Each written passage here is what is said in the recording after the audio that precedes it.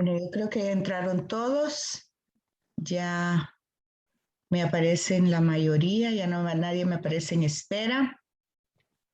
Bueno, se recuerdan que el tema de hoy es un poquito oír sus comentarios porque me doy cuenta que cuando hago una pregunta casi nadie me responde. Fíjate que el cuadrado es para agrandarlo.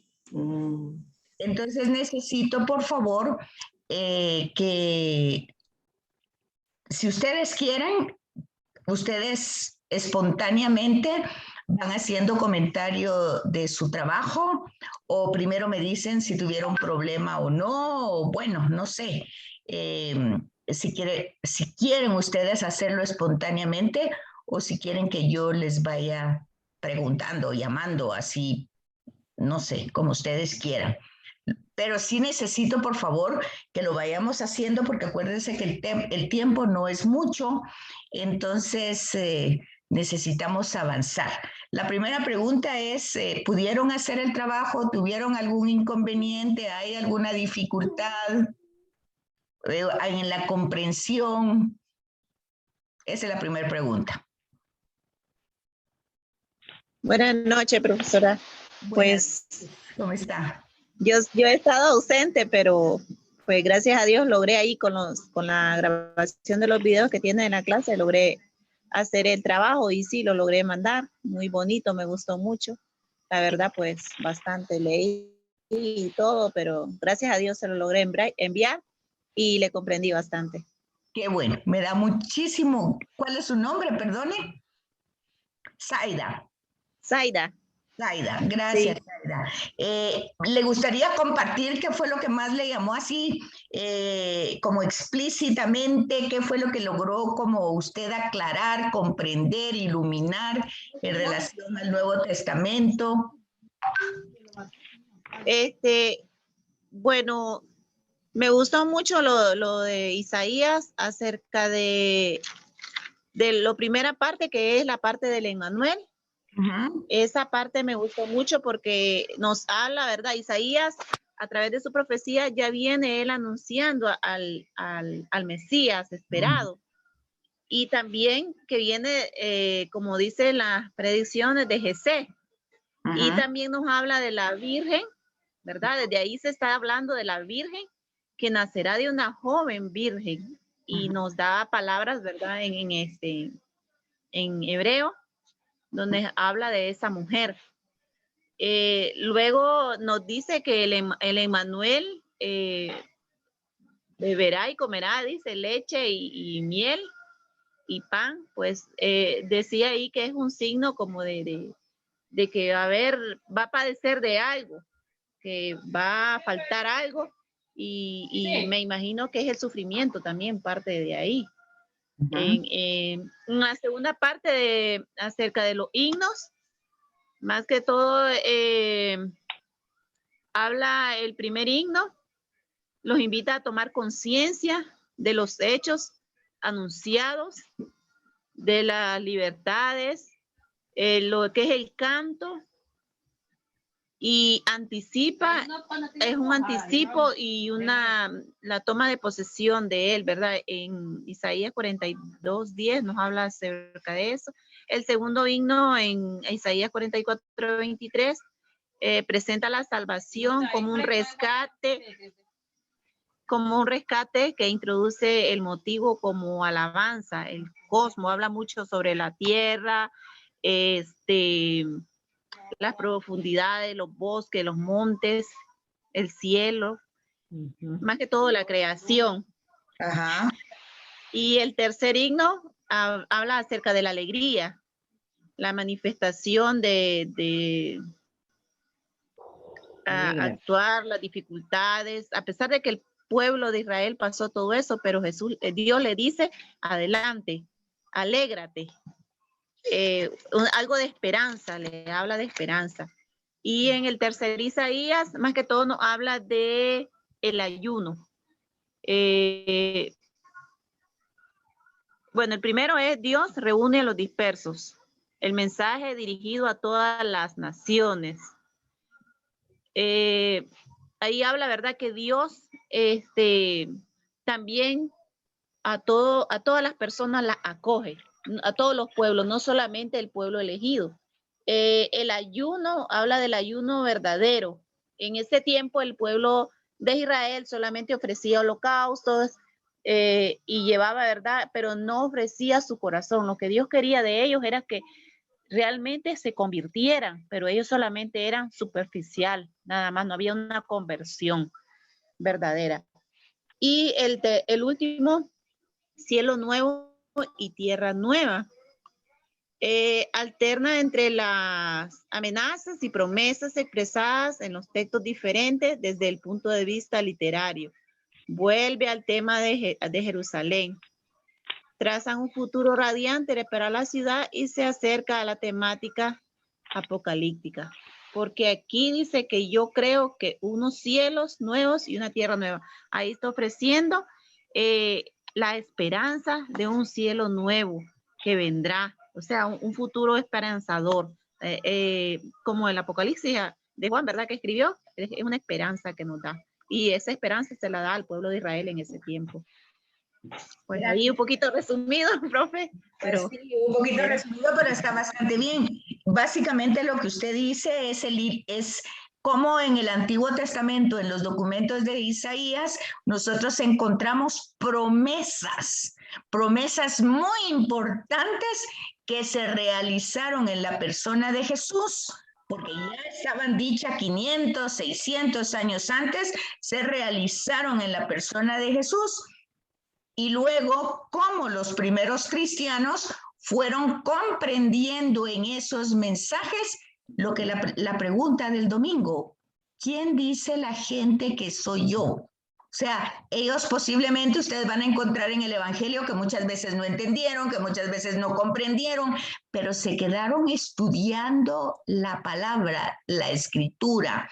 Y en ese estudio, en esa palabra, ellos encontraron la respuesta de quién es Jesús de Nazaret. No necesariamente títulos, sino que desde la propia experiencia que ellos tuvieron con el Jesús histórico, ellos pueden responder quién es Jesús. Y entonces ahí, cómo es importante el tema de los himnos, sobre todo del segundo Isaías, del varón de dolores. O sea, no es que seamos una religión de sufrimiento, de dolor, de pesimismo, sino que básicamente la frase, por sus llagas hemos sido sanados. Es muy importante descubrir, cuando nosotros vemos una imagen del crucificado, ahí vemos nuestros actos que han herido, lastimado y hasta matado. Aunque la gente dice, no, pero eso pasó hace 2500 años, eso yo no tuve nada que ver. Eso sigue viéndose igual. Si uno comprende las lecturas, uno se va dando cuenta que las realidades no han cambiado mucho. Entonces, el tormento sigue. Por eso les mandé un videíto, si ustedes se fijaron, de ayer domingo, justamente de el enlace de estas lecturas con el Nuevo Testamento, porque es bien importante, es muy importante que ustedes logren ese entendimiento. Gracias, Aida. Luis Enrique tenía también levantada la mano, no sé si está por ahí o se salió. Luis Enrique, buen día. Licenciada, buenas noches. Buenas noches, Luis. Buenas noches a todos. Pues la verdad es que ya viendo en sí todos los textos que pudimos leer en estos días acerca del profeta Isaías, definitivamente lo que quiero resaltar de él es que En principio es el carácter y la determinación con la que escribió estos libros, ¿verdad?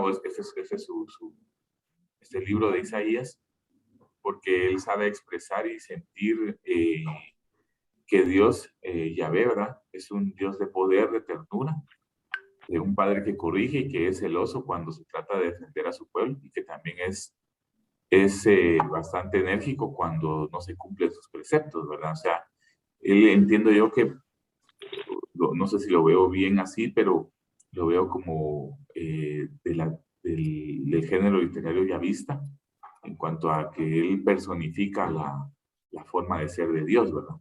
En relación a lo que él puede expresar hacia el pueblo que estaba en ese momento profetizando. Entonces, creo que sí es bastante, es una persona de carácter, entendería yo, que hace este tipo de expresiones y de formas de escribir para que la gente se dé cuenta, o que el pueblo se dé cuenta de que deben de convertirse y que deben de voltear los ojos a Dios, ¿verdad? En relación a la forma en la que se estaban llevando las costumbres o las formas de expresarle el amor al Señor, el amor a Dios, o las tradiciones que llevaban en ese momento.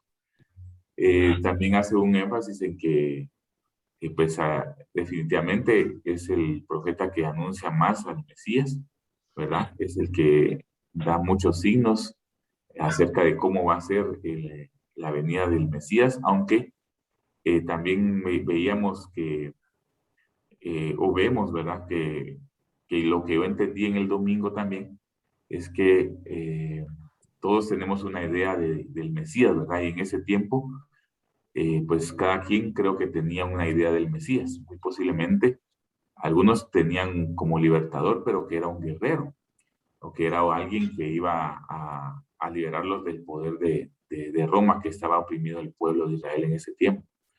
Entonces hay muchos que tenían una concepción del Mesías como de alguien que iba a llegar como un guerrero, como un príncipe, como alguien que fuera a liberarlos a través de la espada o a través de la guerra.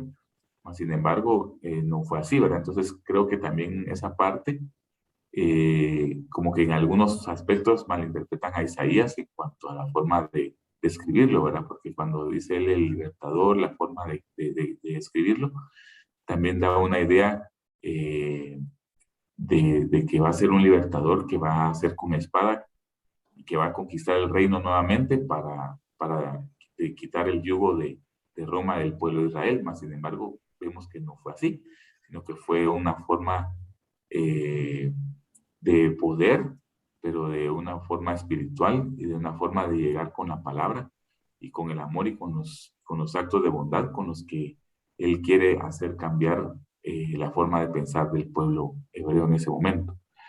Pero si recordamos, pues había muchas rebeliones en ese tiempo también, ¿verdad? En el tiempo del Mesías, que todos querían liberarse del pueblo, de la opresión romana.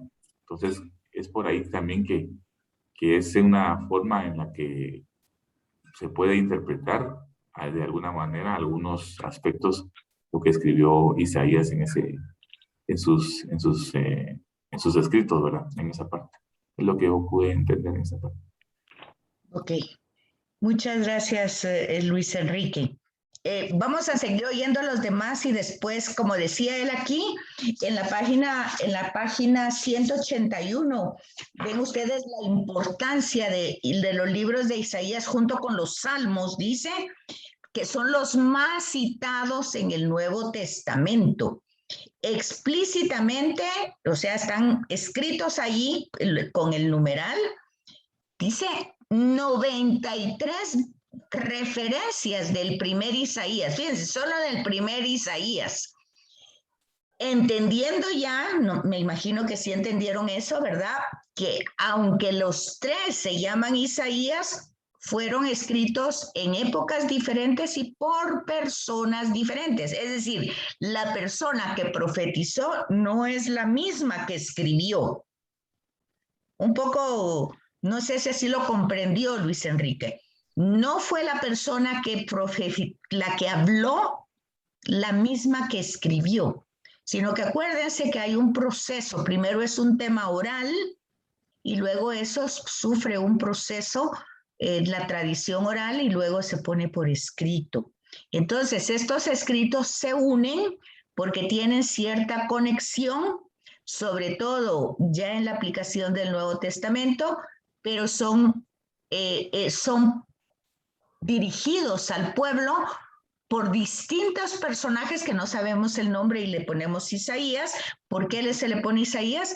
Porque el tema es similar, la conexión es similar y solamente pues va teniendo diferente de contexto histórico. Bueno, para decir algo ahí. Gracias, Luis Enrique. Ahora Leticia, sí, por favor. Gracias, licenciada. Disculpe, mi cámara no funciona. No tenga pena. Pero yo la veo a usted muy bien. Sí, muchas gracias. Licenciada, yo estaba analizando, viendo los que son los himnos y los cantos del siervo. En los himnos, yo entendí que el primer himno es cuando todavía no han salido, están en Babilonia, el pueblo del Señor, pero están sufriendo, pero con una esperanza grande de salir, porque tienen un ánimo orante. Entonces ellos están ya con ese deseo ya de salir a su pueblo. Esto se diferencia con el Éxodo en el sentido de que el Éxodo, ellos ven para atrás, ven lo que dejaron, lo que tenían, lo que comían, lo que disfrutaban y todo. Pero aquí no, aquí es como una esperanza, un sueño de volver a su tierra, a reconstruir el templo, a reconstruirse también ellos mismos como cristianos, porque perdieron bastante la fe, se puede decir, porque se fueron mezclando con otras religiones de Babilonia, no religiones, pero eran idolatrías. Y ahora el segundo himno yo lo entendí, de que ellos cantan ya con más seguridad, que están afuera, por eso le hablan cantan al cosmos, porque ya van camino, ya van ellos saliendo de la opresión, se puede decir, del sufrimiento, y ya van camino a Jerusalén. Con respecto al tercer himno, están los verbos, dice, consolar y tener piedad.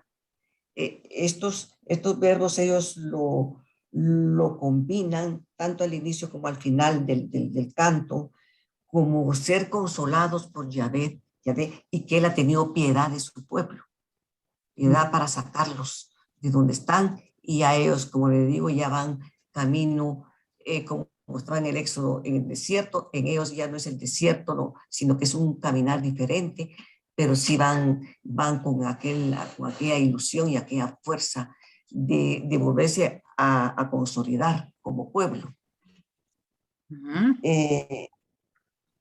Con respecto a los cantos del siervo, licenciada, me encanta, bueno, no es que me haya encantado, sino que se enfatiza mucho en el cuarto canto, que yo lo entendí, que es el que se escucha el Viernes Santo.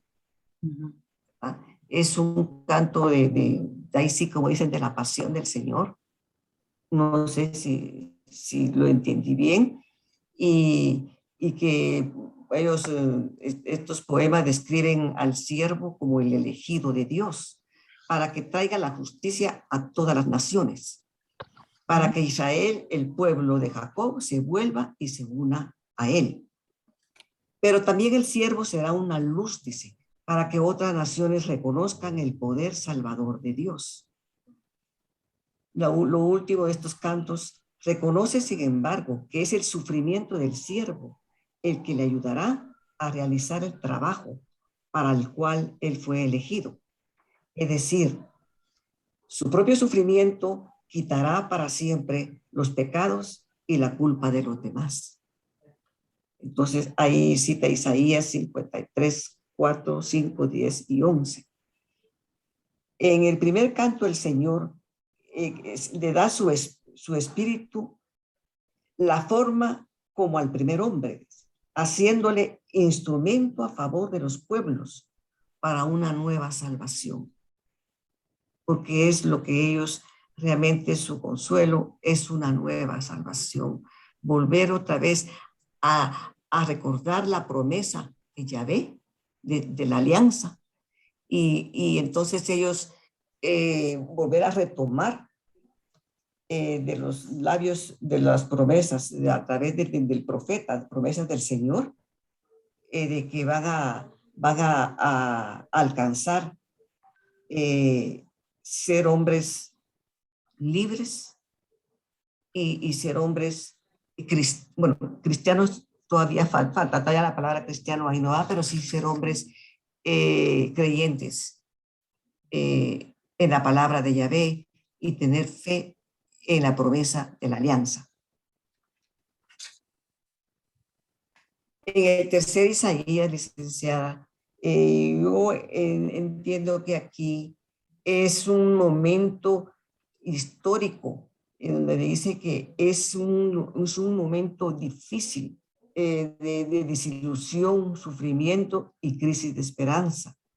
Yo entendí aquí es que cuando ellos llegan, ven desolación, ven que ya no tienen lo que tenían antes y que tienen que empezar. Y entonces viene Isaías y les da ya, les plantea un horizonte nuevo, ¿verdad? A dar una respuesta a la luz, para dar una respuesta a la luz de Dios, que ellos tengan fe y levantarlos, porque están un poquito desanimados. Esa etapa al tercer Isaías parece que fue un poquito duro y fue donde él más que todo enfatizó en la palabra de Dios y de crearles nuevas esperanzas. Sí. Con respecto a los textos significativos, Dios es invocado con el nuevo nombre, dice, el que congrega a los dispersos. Un mensaje dirigido a todas las naciones. Dice, las naciones verán su justicia y todos los reyes su gloria. Te llamarán con un nombre nuevo que pronunciará la boca del Señor. Eso es todo, licenciada. No sé si me explico bien. Está bien, muchas gracias.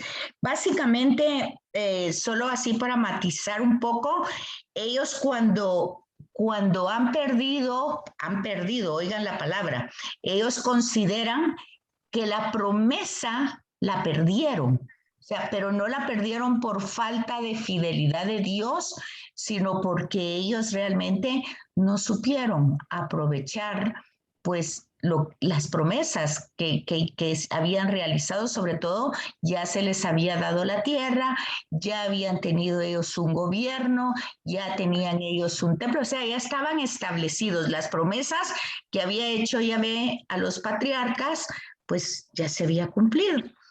Ya los había sacado de Egipto, ya habían llegado, ya eran un pueblo, ya tenían una tierra, pero la pierden.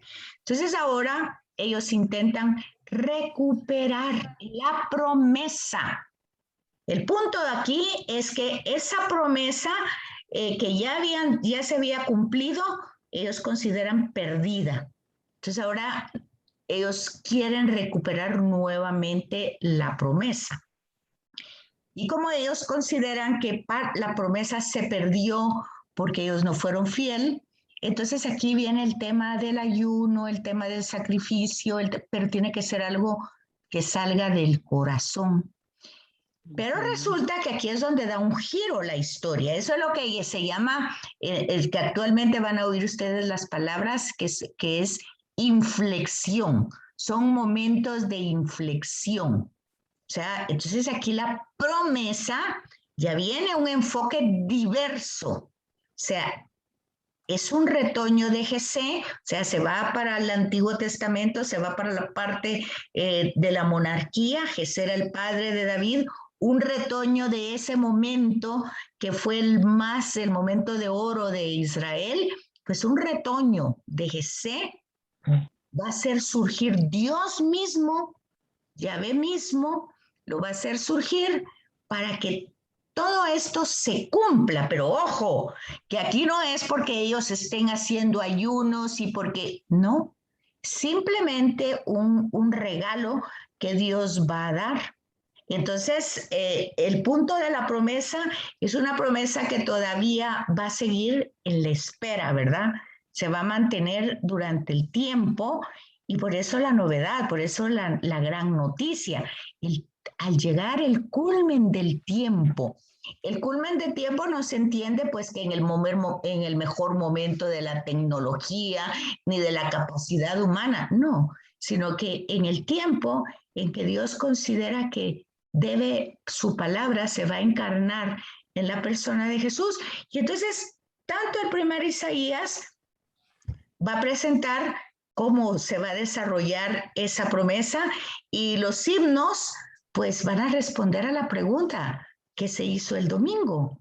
¿Quién es Jesús de Nazaret? O sea, ahí está el hilo conductor. Por eso, justamente el domingo entraba con esa iluminación los textos que estamos estudiando, porque eso era lo que se leía, Isaías, ¿verdad? Y entonces, ahí vemos, ahí hay una imagen, ¿qué dijera yo? Una descripción del mesianismo de Jesús. O sea, cuando Jesús está diciendo a Pedro, sí, lo que acabas de decir te lo ha revelado mi Padre, pero dice, empieza a explicar su tipo de mesianismo y entonces lo que va a enfocar es justamente cómo es que va a morir, que va a resucitar, pero básicamente aquí, de esas palabras de Jesús, nosotros regresamos a Isaías. Vemos entonces que Jesús está encarnando estas palabras de Isaías, la está haciendo parte de su carne, de su misión, y entonces eso está anunciado. Eso, y ahí en ese momento se está realizando cuando Jesús dice el tipo de mesianismo que él va a realizar. Pero entonces desen cuenta que ese tipo de mesianismo ni Pedro, ni ninguno de nosotros ahora, ni los judíos antes lo aceptan. ¿Por qué no lo aceptan? Porque va a pasar por el sufrimiento, por el dolor y por la muerte. Y ninguno de nosotros queremos eso, ¿verdad? Como no queremos sufrir, hemos preferido maquillar el mensaje de Jesús. Hemos querido maquillarlo, ahí está la teología de la prosperidad, ahí está otro tipo de enfoques donde nosotros queremos poner ese mesianismo a un lado. Es decir, sí creo en Jesús, pero creo en Jesús, el hijo de los títulos, hijo de Dios, Mesías, Señor, pero no queremos creer ni aceptar estas profecías que Jesús las encarna y que luego los discípulos lo van a ir comprendiendo, porque ustedes se dan cuenta que Pedro en el momento no lo comprende y lo rechaza. Y ven ustedes a Jesús, le responde, apártate de mí, Satanás, porque tus pensamientos no son los de Dios. Bueno, pues el hilo conductor llega hasta nuestro momento, hasta nosotros. No queremos aceptar ese tipo de mesianismo, de sufrimiento, ni dolor, ni muerte. Pero, muy triste, pero sí. Si no se acepta eso, pues no se cree. Porque eso es el cristianismo y esa es la profecía. Ese es Jesús de Nazaret, el varón de dolores por el cual, por sus heridas, somos sanados. Pero eso no es mágico. No es así que bien, Él me sana con sus heridas y me cubro con la sangre de Cristo. Eso no es así, no son frases, no son palabras. Son acciones que se llevan a cabo. Son actos que se llevan a cabo. Entonces, por eso vieron ustedes que después de esas dos lecturas el domingo se hablaba en la carta de Santiago. Tiene que llegar a la acción y una acción coherente con lo que sí, si realmente por sus heridas he sido sanada, pues hay una actitud de gratitud, de corresponder a ese amor. Y entonces ya tendrá sentido toda la piedad y todos los sacrificios y todos los holocaustos que se puedan presentar, porque vienen de un corazón contrito, adolorido, arrepentido, porque ve el desorden que provoca sus acciones en su entorno. Esa es la conversión. La conversión no es una postura. Entonces, pero si ustedes, por ejemplo, fueron hoy a misa, ustedes se van a dar cuenta de nuevamente las lecturas. El centurión que ni siquiera llega a Jesús, sino que le dice que tiene su criado enfermo, que ni siquiera él llega, sino manda una comitiva para que, por favor, con su palabra lo sane. Porque él razona y dice, yo como si es un centurión es que tiene a cargo 100 personas. Y le dice, le digo a este que haga y lo hace, porque yo soy su jefe. Entonces, si tú tienes una palabra con autoridad, no importa que llegues hasta mi casa. Tú di esa palabra y él va a ser sano. Y Jesús dice, ni en Israel he conocido una fe tan grande. Entonces, ¿cuál es la fe? La fe es creer en la palabra. La palabra entonces está dicha en Isaías, ¿quién es Jesús? Y luego Jesús se la aplica y Jesús la pronuncia. Y Jesús, entonces el problema, ¿cuál es? El problema es que tanto ni antes, ni hoy, ni después se cree en la palabra. Fíjense, la fe no es creer cualquier cosa, no es creer cualquier cosa, es creer en lo que Él dice, porque Él es el Señor de la historia y lo que dice es. Y no tiene que pasar por mi criterio, porque es que antes, porque era un siglo, porque la gente de antes, no. La palabra está viva y es siempre presente y va dirigida directamente a cada persona. Aquí dice como espada de 2 filos. Entonces la palabra siempre, siempre, siempre tiene un efecto para quien la escucha. Entonces, ahí vemos todo ese hilo conductor que va en todo el Evangelio y en todas las lecturas, casi que es lo mismo. No, los temas pueden variar de alguna manera, pero viene a ser el mismo tema. Eva escuchó la palabra de la serpiente, ok, todo se vino para abajo. María escucha la palabra de Dios y la cumple, y todo se empieza a recrear, a tener una nueva historia, una nueva realidad. ¿Qué le dice el ángel? ¿Qué le dice la prima Isabel a María? Dichosa tú porque has creído. ¿En quién creyó? ¿En el ángel? ¿En quién creyó? Creyó en la palabra.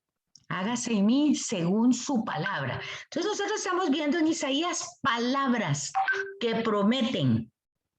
Y luego vemos esas palabras, Jesús las encarna, pero vemos más allá. Jesús es la palabra de Dios. O sea, aquí hay una doble referencia. Una palabra dicha en el Antiguo Testamento por Dios mismo, porque son oráculos de Yahvé, o sea, es la palabra de Yahvé dicha por el profeta. Luego es la palabra que se encarna en la persona de Jesús. Jesús es la palabra de Dios. María que acepta esa palabra que se encarna en su vientre. Luego Jesús que transmite esa palabra y que no le creen. Y bueno, nosotros que le escuchamos y que no le ponemos atención, no la comprendemos o no la entendemos, entonces la palabra sigue en el mismo encierro. Sí, Lilian, por favor. Muy bien. Buenas noches, compañero. Buenas noches, licenciada. Buenas noches, Lilian. Bienvenida. El primer libro de Isaías, porque está el primer Isaías, el segundo y el tercero. El primero es historiador. Él nos habla del rey Acaz, de que tuvo 2 avisos. El primero era para que no se uniera al reino del sur, porque sabía que iba a ser una guerra contra los asirios. el profeta le dijo al rey Acaz de que no le fuera a pedir ayuda a los asirios porque consultara primero con Dios, pero él no lo hizo. Que no hiciera alianzas, ¿verdad? Alianzas, porque ya tenían una alianza hecha con Yahvé. No podía hacer alianza con más gente. Muy bien.